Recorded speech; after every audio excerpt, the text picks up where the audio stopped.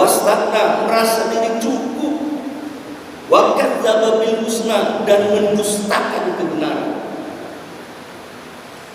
Fasanu yassiruhu lil usra, maka akan diberikan kepada orang yang model begitu kehidupan yang sulit. Ini ruh orang-orang kafir itu, gerbongnya itu sallallahu asyhadu anna Muhammadan. Allah Subhanahu wa taala. Salam kepada Rasulullah sallallahu alaihi wasallam qaulina Allahumma shalli ala sayyidina Muhammad wa ala ali sayyidina Muhammad. Bapak Ibu masih berbahagia mari kita bersama kajian sembilan Ustaz sambungan kajian terdahulu bulan yang lalu. Nah, itu pada seluruh jemaah ini kali kita buka kupingnya, diingatkan dengan menyebut bahwa di simak bersama anda apa itu sampaikan ini bermanfaat kepada kita semuanya, menambah kuasa khususnya di masalah agama. Dan waktu diserahkan kepada Ustaz sebelumnya dalam salat dekat. Kemudian seperti biasa kita bermaafin yang diskusi kedua.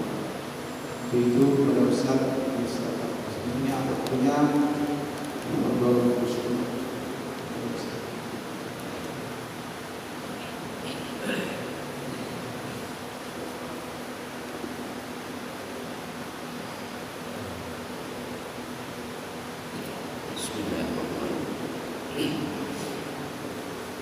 Assalamualaikum warahmatullahi wabarakatuh. Alhamdulillahirabbil alamin, illahil wahidil ma'bud. Wassalatu wassalamu ala sayyidina Muhammadin syirril hayati wujud wassababil a'zami likulli. Salatan tusabbitu bi qalbil iman, tuhabbibul Qur'an, tufahimmul ayat. Tabtahu li biha nurul jannati wa nurun na'imi wa nurun nadiri ila wajhikal karim wa ala alihi wa sahbihi. Amma ba'd. Yang kami hormati, kami muliakan para ustaz, para kiai serta sesepuh Masjid Baloi yang insyaallah berkahi dirahmati kita semua hadirin jamaah salat subuh. Setelah melaksanakan salat subuh kita mengadakan majelis, insyaallah Allah Subhanahu wa taala mengampuni segala dosa kita, memberikan rahmat dan anugerah kepada kita semua. Amin ya Allah ya rabbal alamin. Mengulas kajian kita bulan lalu karena bulan sebelumnya absen, tidak ada alamat ke bulan. Kita mulai lagi dari awal, mengingatkan saja bahwa ilmu tasawuf itu adalah ilmu yang bisa dipelajari, bisa dikaji, dan bisa dipertanggungjawabkan dari aspek keilmuan. Sama dengan ilmu fikih atau ilmu tauhid. Maka dalam bidang keilmuan itu ada syariah, usuluddin, dan tasawuf. Cuman karena bahasa, kalau tasawuf agak sedikit aneh mungkin, maka disebut kalau dalam ilmu IAIN itu disebut akhlak dan akhlak. Syariah, usuluddin, akhlak. Padahal namanya nama sama, akhlak, tazkiyah, pensucian, kemudian tasawuf, membersihkan, mirip-mirip sama.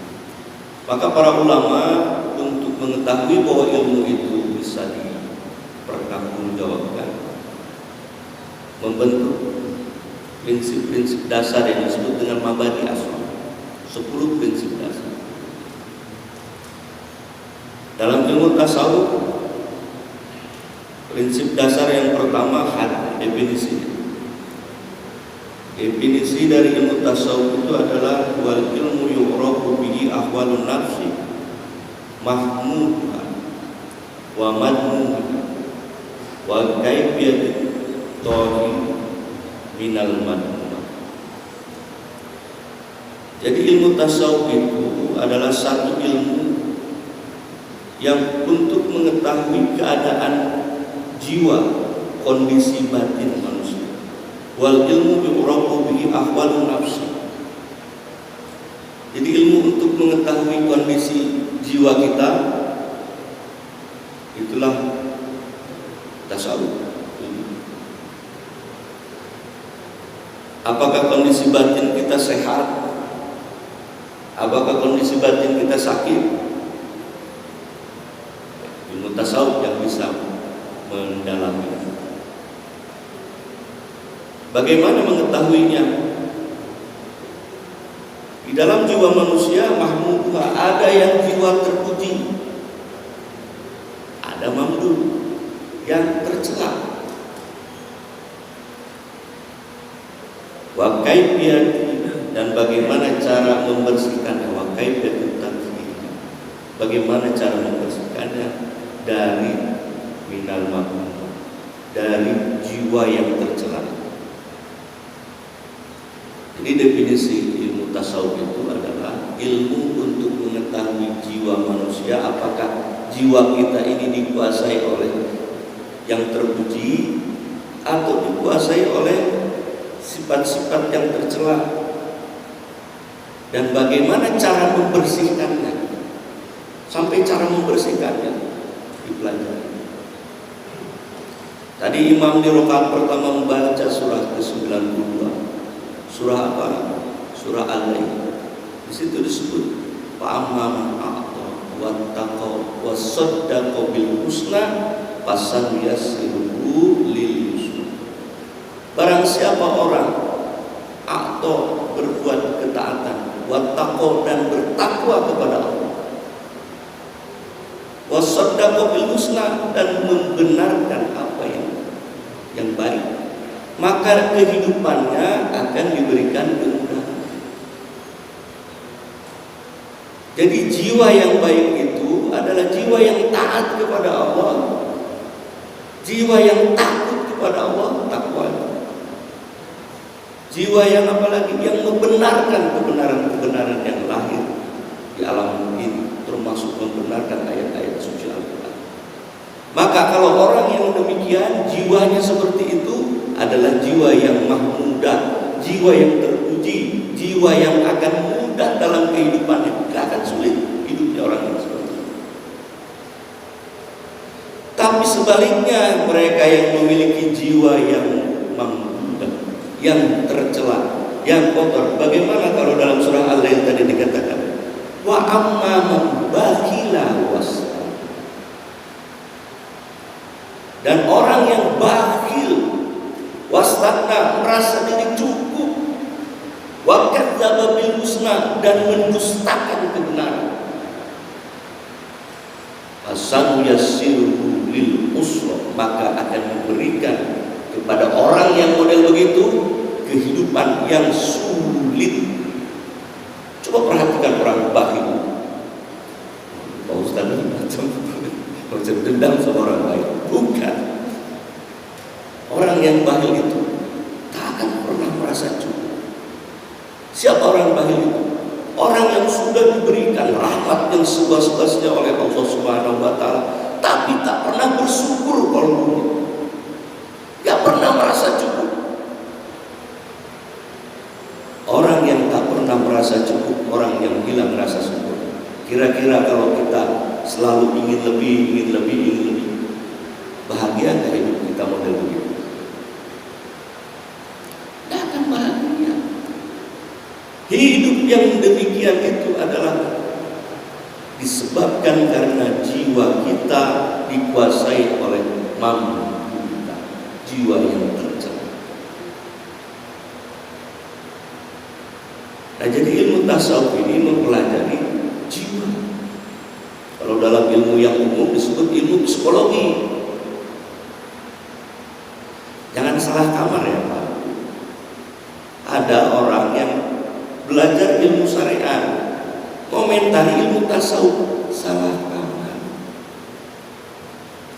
Sebab ilmu syariat itu ada definisinya, ada hadnya juga definisi ilmu syariat. Imam Hanafi mendefinisikan ilmu fikih, ilmu yang bersifat syariat itu adalah ma'rifatun nafsi malaha wa ma'alaiha. Lebih umum kalau beliau.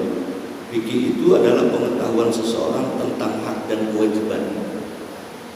Mana haknya, mana kewajibannya itu. Sifat dari fikih yang umum oleh Imam Hanafi. Tapi Imam Syafi'i lebih detail lagi. Apa kata Imam Syafi'i tentang ilmu fikih? Ilmu fikih itu adalah ilmu bil ahkam syar'iyyah. Jadi fikih itu adalah ilmu tentang hukum-hukum syariat yang bersifat amaliyah, yang diambil dari dalil-dalil yang terperinci. Maka yang diurus oleh ilmu fikih itu syahadat, sholat, puasa, zakat, haji. Itu bidang garapannya. Sementara yang diurus oleh ilmu tasawuf itu adalah kondisi jiwa manusia, psikologi. Maka kalau ada orang yang menilai ilmu tasawuf dengan ilmu fikih beda kamar, sekali lagi beda kamar. Dari definisi saja sudah tidak akan tercapai. Maka akan muncul konflik disebabkan karena nggak tahu aja. Coba kalau tahu, maka ketika mendekati kondisi jiwa manusia maka didekati dengan ilmu tasawuf. Mau memperbaiki akhlak didekati dengan ilmu apa? Ilmu tasawuf yang utama. Tapi tetap ada sambungan, ada linknya. Nanti kita jelaskan. Itu definisi ilmu tasawuf. Jadi untuk mengetahui keadaan jiwa, kondisi batin, apakah batin kita sehat atau sakit? Apakah jiwa kita dikuasai oleh sifat-sifat terpuji, sifat dermawan, hati lapang, ikhlas, sabar, tawakal, waro, kasih sayang, atau sebaliknya? Jiwa kita dikuasai oleh jiwa yang tercela, kikir, sumpah, amarah, nafsu, dendam, iri, dengki, hasad, ujub, riya, takabur, sombong. Diperiksa oleh kita. Yang mengetahui jiwa kita siapa? Orang lain? Bukan, Bapak Ibu sendiri.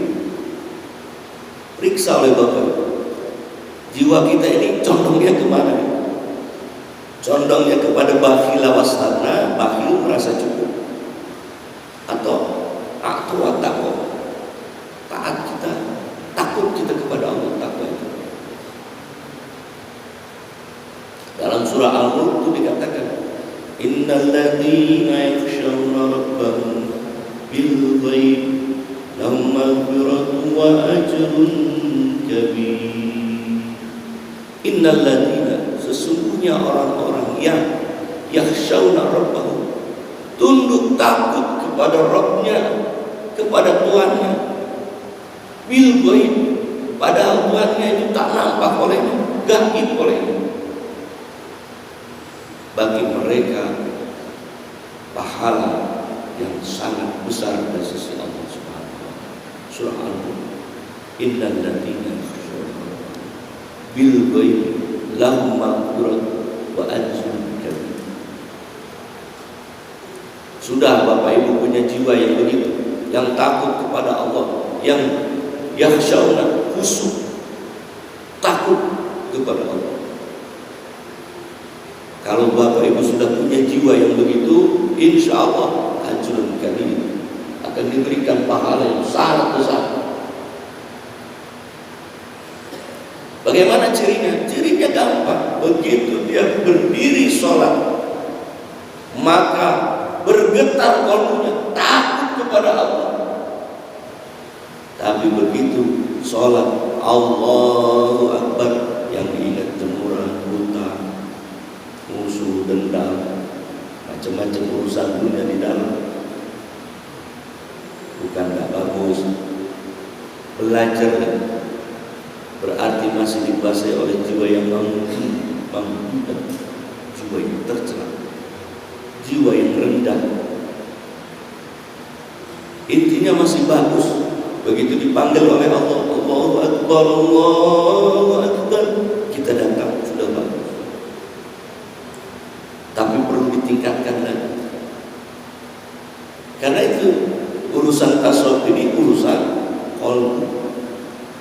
Begitu Bapak Ibu datang ke masjid ini, itu urusan syariat, sholatnya. Tapi menghadap kepada Allah dengan qalbu yang baik, dengan jiwa yang terpuji, maka itu harus diperbaiki dengan ilmu tasawuf. Gak enak katanya tasawuf itu, gak ada dalam Al-Quran. Ya kalau gak ada ganti namanya, jadi tazkiyatun nafs, pembersihan jiwa. Gak enak katanya, ada dalam Quran tapi gak jelas. Ya tinggal ganti namanya, ilmu tentang akhlak. Gak susah ilmu, tergantung senangnya kita bagaimana. Cuma harus dengan ilmu juga.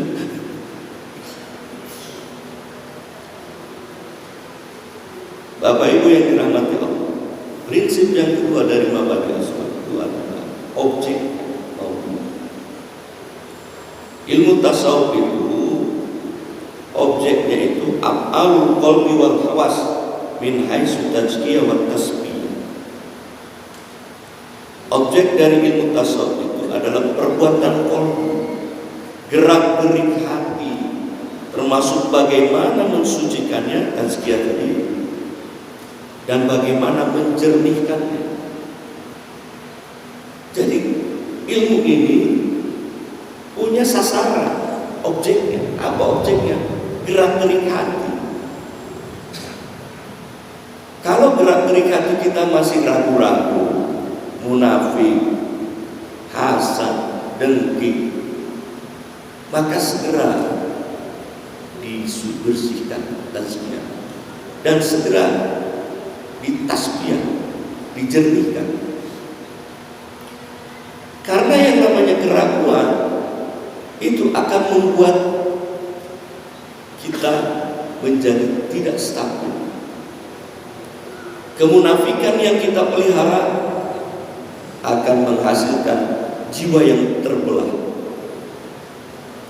Kefasikan yang lama kita pelihara akan mengeraskan qalbu. Kalau dibiarkan jiwa itu, maka kelak nanti semakin lama semakin keras qalbu kita, sehingga akan muncul posisi di mana summun bukmun umyun fahum la yarji'un. Allah tutup nanti mulut bukmun umyun fahum la yarji'un. Selanjutnya engkau tak akan bisa kembali kepada Allah. Kalau sudah ditutup pendengaran, penglihatan, bahkan hati, layar pun gak akan bisa kembali kepada Allah. Mumpung sekarang masih kelihatan Allahnya. Begitu Allahu Akbar, Allahu Akbar, azan datang, kita datang ke masjid. Itu tandanya bahwa qalbu kita masih bisa melihat Yang Maha Kuasa, masih bisa melihat tanda jalan menuju Allah Subhanahu wa Ta'ala. Bapak Ibu yang hadir di masjid ini adalah orang-orang yang memiliki satu harapan yang besar, bahwa akan kembali kepada Allah, akan menjadi hamba-hamba Allah yang dikasihi, yang dikaruniai rahmat oleh Allah, yang dikaruniai ampunan oleh Allah. Karena datang ke masjid, meskipun qalbu Bapak Ibu masih berat, begitu sholat agak panjang sedikit, imam membaca ayat ngantuk, meskipun seperti itu, tapi tetap harapan itu ada. Tapi mereka yang begitu dipanggil azan, padahal dekat rumahnya, tidak datang ke masjid ini, kasihan Pak. Sudah tertutup qalbu mereka. Maka doakan mereka-mereka yang masih terlelap dalam tidur nyenyak, dalam tidur kelalaian, untuk dapat bangun, bangkit, memenuhi panggilan Allah Subhanahu Ini persoalan jiwa, bukan persoalan lahir. Oleh karena itu penting ilmu ini. Kira-kira penting gak ilmu ini? Penting. Objeknya adalah af'alul qalbi, perbuatan qalbi, perbuatan hati. Lalu kemudian yang ketiga, prinsip yang ketiga, samroh itu artinya. Tadi had definisi, kedua mau objeknya, ketiga buahnya sama. Dikatakan tahdidul qulub wa ma'rifatu alamul ghuyub sauqan wa wujdan. Jadi buah ilmu tasawuf itu adalah hati yang dibersihkan hingga jernih dan alamul ghuyub, mengetahui alam-alam yang gaib. Kira-kira jiwa kita gaib enggak? Nampak enggak jiwa kita? Enggak gaib. Nah, dengan ilmu ini insya Allah Bapak Ibu akan mengetahui hal-hal yang bersifat gaib. Bukan jadi dukun, jadi ketahui, bukan. Memahami, mengetahui. Zauqan wa wujdan, termasuk makrifat kepada Allah dengan lebih baik. Zauq, punya rasa zauq, wujdan. Jadi makrifat kita akan semakin baik. Kalau tadi sholatnya agak lalai sedikit, ngantuk-ngantuk, insya Allah dengan ilmu ini, dipelajari ilmu, maka jiwa kita tenangkan. Lalu kemudian perlahan-lahan kita akan memahami setiap ayat yang dibacakan oleh imam. Kira-kira begitu. Jadi apa yang dibaca oleh imam, perlahan-lahan kita paham. Bapak Ibu yang dirahmati Allah, tiga dulu lah definisi prinsip dasar manusia. Karena kita mau langsung praktek. Sebulan sekali jumpa ini lama. Kita langsung menukik bagaimana kaifiyat tasbih, bagaimana kaifiyatnya membersihkan jiwa itu. Yang tadinya malas jadi rajin, malas datang ke masjid jadi rajin datang ke masjid. Bagaimana cara memperbaikinya? Cara memperbaikinya dengan ilmu tasawuf. Yang tadinya dendam jadi hilang dendam itu, jadi pemaaf. Yang tadinya iri, dengki, hasad jadi penuh kasih sayang kepada sesama. Yang tadinya maksiat pindah menjadi taat. Itu kaifiyah, bagaimana cara memperbaiki. Dalam surah Al-Ahzab ayat 41 sampai 44, Allah Subhanahu wa taala mengajak kepada orang-orang yang beriman. Jadi memang belajar tasawuf harus sudah tuntas dulu. Rukun Islamnya harus sudah tuntas. Syahadat, sholat, puasa, zakat, haji.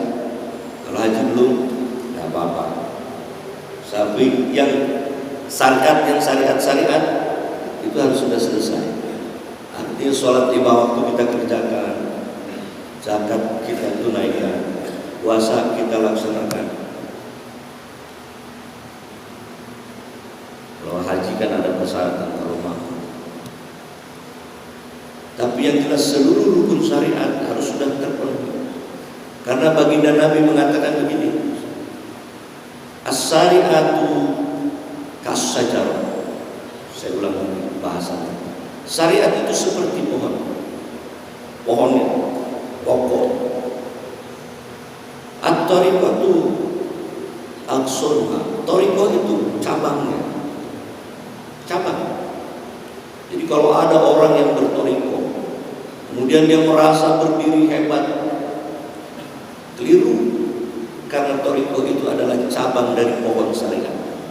Kalau syariatnya belum benar, maka thariqahnya pasti geser, gak akan tumbuh thariqah. Karena dia ada di dalam cabangnya, ada dalam syariat. Pokoknya syariat. Maka kalau ada ilmu tasawuf dengan ilmu fikih beradu dia, ada beda pendapat antara yang tasawuf dengan ilmu fikih, maka salah satu ulama mengatakan harus diikuti ilmu fikih. Gitu ya, ikuti ilmu fikih. Cuman itu tadi kamarnya beda. Ini kamar urusan yang syariat, urusan yang fisik, urusan pokok. Sementara tasawuf urusan batin, urusan jiwa, dekat-dekat ke ilmu psikologi. As-syari'atu kas-sajarah, at-thariqatu aqsolha, wal ma'rifatu awraqha, wal ma'rifatu awraqha. Dan ma'rifat itu daunnya. Wal hakikatu asmaruha, dan hakikat itu adalah buahnya. Jadi kalau kita ingin merasakan buah dari ibadah sholat kita, buahnya misalnya khusyuk, maka tegakkan syariatnya sebagai pokok. Lalu kemudian buatkan thariqahnya. Thariqahnya harus ada. Lalu setelah thariqahnya ada, pasti nanti ada ma'rifahnya. Dan buah dari ibadah itu adalah khusyuk. Ibadah sholat. Orang-orang yang belajar thariqah untuk memulai mendapatkan ibadah sholat yang khusyuk, maka mereka akan melakukan latihan-latihan untuk sampai kepada tingkat khusyuk. Nah, bagaimana kaifiatnya? Dalam surah Al-Ahzab, Allah Subhanahu wa taala memanggil orang-orang beriman. Panggilannya adalah Bismillahirrahmanirrahim.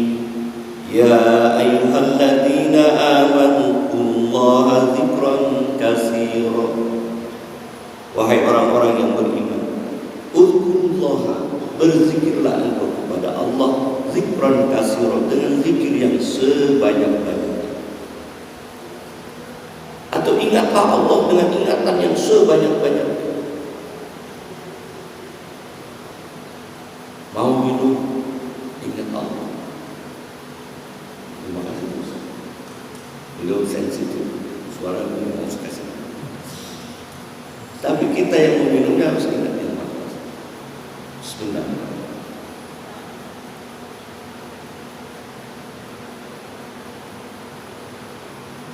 Alhamdulillah. Saya punya paman, saking beliau dengan Allah selalu ingat. Setiap kali apa yang dibuat, dia selalu ingat kepada Allah. Di thariqah, masuk ke thariqah sekarang. Karena tasawuf itu operasionalnya di thariqah. Ketika wafat, mau menjelang wafat, dia minum teh.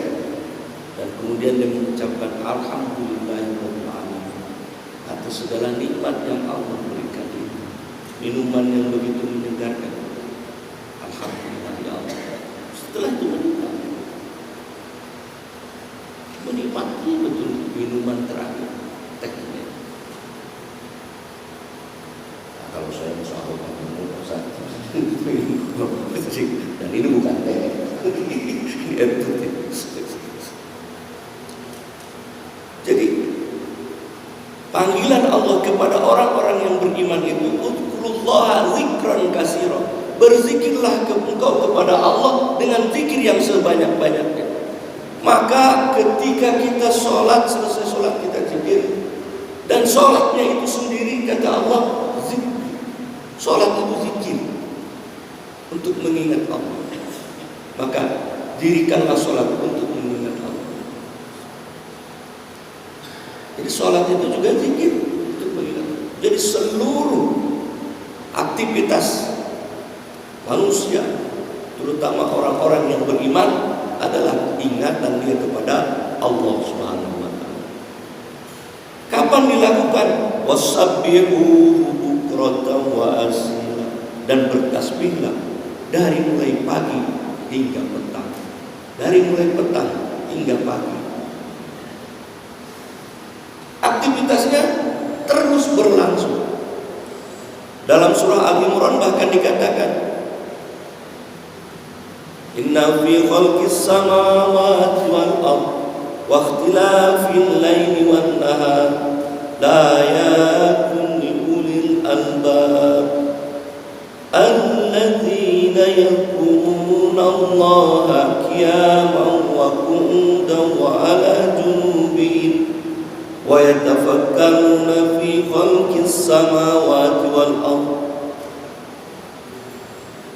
Sesungguhnya pada penciptaan langit dan bumi, pergantian malam dan siang, terdapat tanda-tanda bagi orang yang memiliki intihan, ulul albab, orang yang qalbunya hidup, orang yang sudah tahu apakah jiwanya ini jiwa yang tercela atau jiwa yang terpuji, orang yang sudah tahu bagaimana memperbaiki jiwanya yang rusak untuk menjadi terpuji, yang tadinya tercela menjadi terpuji. Ulul albab itu begitu. Siapa mereka? Alladzina yadhkuruna Allaha qiyaman wa qu'udan wa 'ala junubihim, yaitu orang-orang yang mengingat Allah, berzikir kepada Allah dalam posisi berdiri, posisi duduk, bahkan posisi berbaring. Jadi kalau Allah memanggil untuk berzikir, maka fungsi dari zikir itu akan bisa menghidupkan jiwa kita, akan bisa menjadikan orang-orang yang beriman yang melaksanakan zikir itu imannya berkualitas. Imannya berkualitas. Jadi operasional langsung. Wah, ilmu tasawuf itu adalah bukan hanya sekedar teori. Kalau teori itu gini, cara memasak, cara membuat sop, ditulislah, ibu bikin resep, kasihin sama ibu. Oleh istri kita, setiap pagi dibaca aja resepnya. Kita tanya, "Mak, mana masakannya?" Sebentar lagi baca resep, besoknya gitu lagi, baca resep lagi. Marah gak gitu? Marah, baca resep aja. Bukan begitu ilmu tasawuf. Ilmu tasawuf itu adalah ilmu yang dipraktekkan. Resep itu hanya sekedar teori saja. Prakteknya seluruh aktivitas kita adalah zikrullah. Seluruh aktivitas kita harus zikrullah. Jadi nggak perlu resep, perlu, tapi zikir prakteknya lebih penting.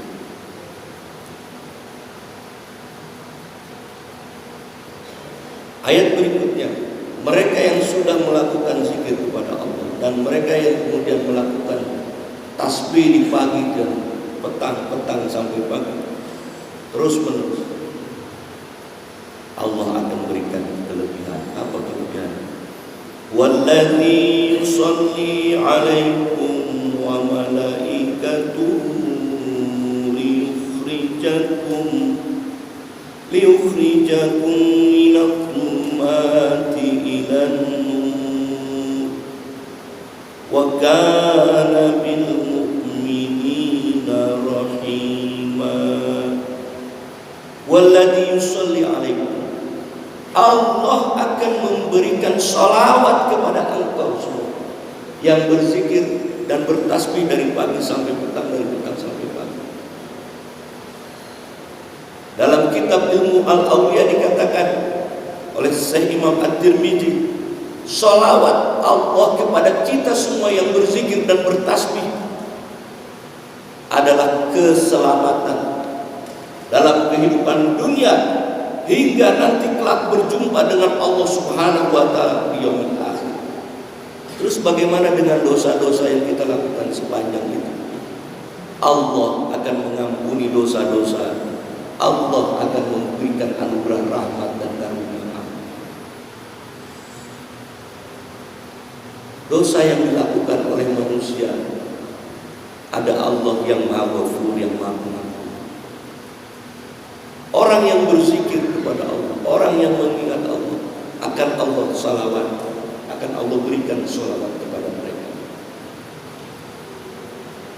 Setelah diberikan salawat oleh Allah kepada kita semua, wa malaikatu, dan juga para malaikat mendoakan kita. Lalu kemudian akan Allah keluarkan, liyukhrijakum, akan Allah keluarkan engkau semua minad dulumati ila nur, dari kegelapan kepada cahaya. Kenapa begitu? Wa kana bil mu'minina rahima, karena sesungguhnya Allah kepada orang-orang yang beriman itu sangat penyayang. Allah sangat sayang kepada orang-orang yang beriman. Tahiyyatuhum yauma yalqaunahu salam, dan ucapan penghormatan orang-orang mukmin tatkala berjumpa dengan Allah adalah salam. Wa adda lahum ajran karim, dan dia menyediakan pahala yang mulia bagi mereka. Bapak Ibu yang dirahmati Allah, waktu juga lah yang membatasi kita. Bahwa orang yang berzikir kepada Allah, orang yang bertasbih kepada Allah dari pagi sampai petang, dari petang sampai pagi, orang yang selalu mengingat Allah dalam setiap gerak langkah hidupnya, insya Allah Allah akan memberikan keselamatan kepada kita dari kehidupan dunia dan hingga akhirat kelak nanti. Dan Allah Subhanahu wa taala beserta para malaikatnya akan membantu kita, mengeluarkan kita dari kegelapan menuju cahaya Allah, dari sifat jiwa kita yang buruk menjadi jiwa yang baik, dari jiwa yang tercela menjadi jiwa yang terpuji. Allah akan perbaiki asalkan kita berzikir kepada Allah Subhanahu wa taala dalam setiap gerak dan langkah. Demikian yang dapat saya sampaikan. Wallahu a'lam. Wassalamualaikum warahmatullahi wabarakatuh.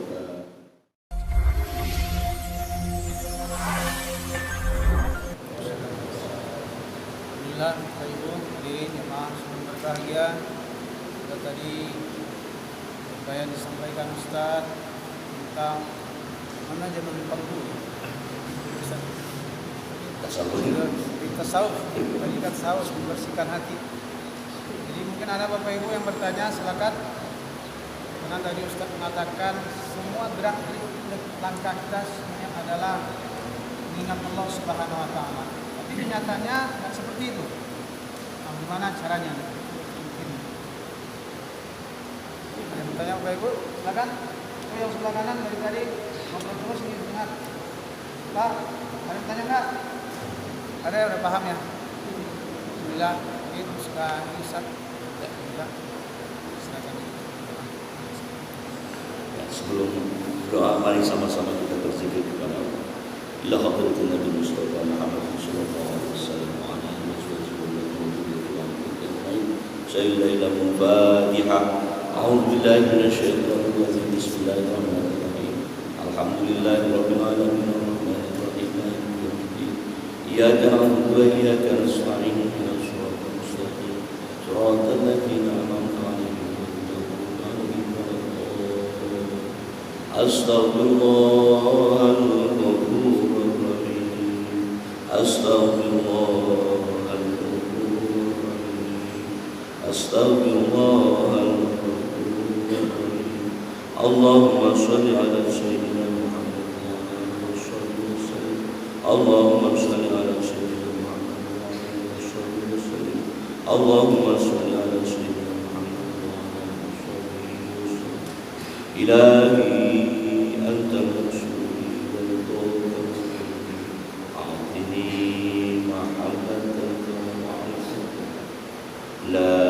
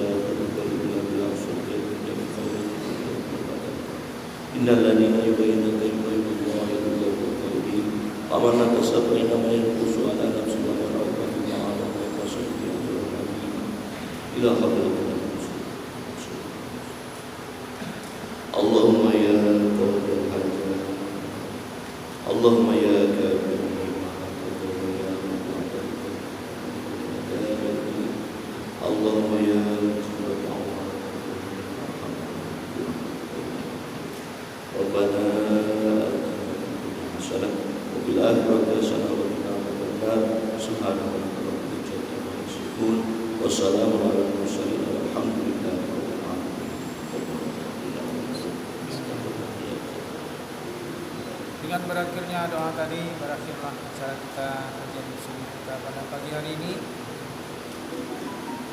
Kemudian untuk kesempurnaan majelis ini segala tiga kali di sisi Allah Subhanahu wa taala kita tutup dengan doa berakhir majelis. Subhanallahumma wa bihamdika asyhadu an la ilaha illa anta astaghfiruka wa atubu ilaik. Wallahu a'lam. Assalamualaikum warahmatullahi wabarakatuh.